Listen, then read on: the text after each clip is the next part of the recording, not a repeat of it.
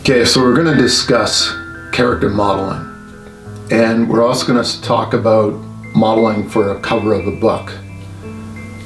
Modeling for a character in a story blog, and I'm not being paid for the story blogs, and I'll get back to that in a minute, is voluntary. I might, if I have the finances, supply you with a weapon. Usually I go through Fire and Steel and use their exclusive weapons. That means weapons they've made but are not made by a brand name. So there's no trouble there. Or in this case, what we're doing right now is steampunk. So I might say, hey, I will get you the hat, the goggles, and an outfit within a budget, but I'm not going to pay you. How I do pay you back, in a sense, is reciprocity. That means that if someone looks at you and you're a character model, and they say, I'm interested in them, I always include a link. And that goes back to you directly. So they would look, they'd say, here's Taylor, here's Joanne, here's Leah. Those are three of the main ones. Brandon. First names of people who have really helped me over the years. And then there's others. There's Gloria, Brenda, Katie. It goes on and on. But they would contact you directly. So what I'm doing, in essence, is I'm promoting / advertising you. If I was making money for the story blogs, it would be a completely different story. Then I would be sharing that with everybody. So covers of books is a very different story. If I ask you to model for a cover of a book, I expect to pay you. And in that case, you will see the cover for Bard, which Nick the Pixie did. You will see Sheev, which Gloria did. 3, 2, 1.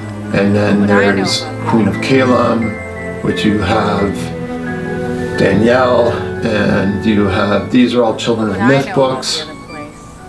Sylvia, which Samantha did. And then Taylor had done modeling for artwork, which my friend Randy Bugdell did. 3, So 2, 1. cover of a book, yes, there's definitely going to be some kind of a payment there. I will still add your links though. Right now I'm not going to be paying anyone to do covering of books. That's just financially not going to work. So back to the story blogs and the character modeling. Character modeling is like doing a picture for a poster.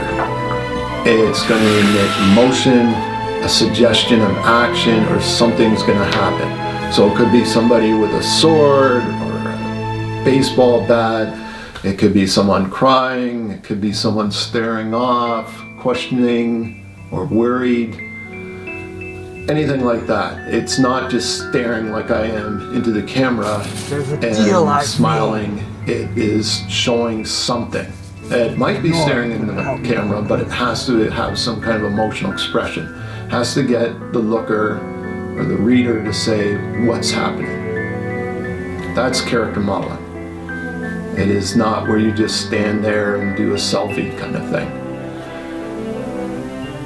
When I create a picture, often there's layers, and presently I'm using GIMP. I'm pretty sure Photoshop, and there's probably other platforms or mediums or software you can use that can do the same thing. So that would be, for example, with Leah, she just did a vampire, Countess Mild, and she had taken a picture of herself after a Halloween party, sent it to me. I did the cropping and got rid of the background, and then used Castle Ward, which is another picture she took, which is for another project, and then I added a mirror. I'm not going to say I'm a professional at this, it's just the idea of trying to create the scene you have. Artwork can be harder. Artwork may take an indefinite amount of time to get done for a variety of reasons. Good artwork is pretty amazing though. And although presently it's not a money thing, in the future for story blogging, people may be interested in buying a poster or a picture of either the picture or of the artwork being done. So before you go and you just say, give me money, you might want to say, hey, I'm a struggling artist, or I'm a struggling model, or I just want to have fun, I want to do something, and if something comes back to me, great. Then character modeling is a really good idea. You're presenting yourself, you can use it in portfolio. The other thing that's important is I don't own the pictures. I own the character, but I don't own the picture. So even if I play with your picture on GIMP or Photoshop or whatever, it's your picture.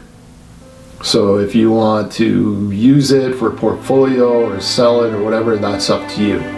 I'm not going to do that. If we were going to do that, we would negotiate that.